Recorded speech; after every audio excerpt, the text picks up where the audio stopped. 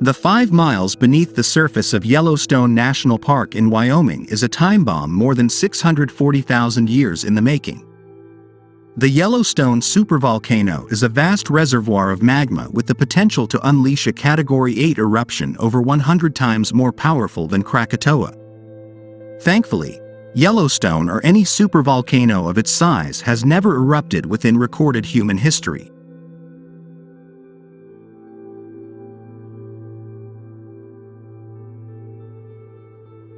While the blast would kill thousands and send rivers of molten lava pouring up to 40 miles, 64 kilometers, from the eruption site, this would only be the start of the devastation.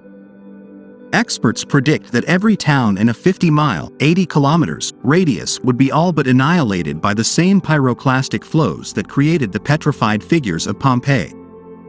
Meanwhile, the United States would be blanketed in a thick layer of choking ash as the world plunges into a volcanic winter which could last for years.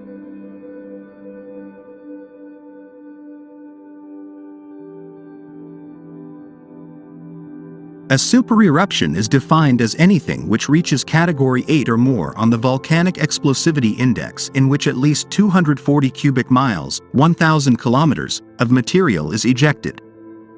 In Earth's history, events on this scale have only occurred on a handful of occasions.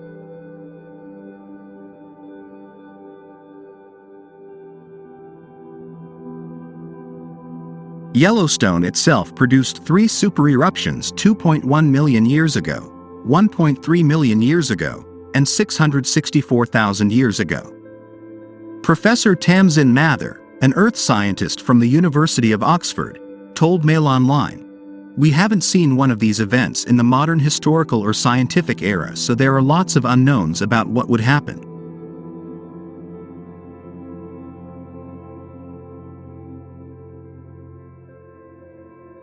However, based on what was observed in the smaller eruptions of Mount Pinatubo in 1991 and Krakatoa in 1883, scientists can make some good assumptions. Firstly, the most immediately devastating effects would be felt by the regions closest to the Yellowstone caldera, a 43 by 28 mile wide depression formed by previous eruptions.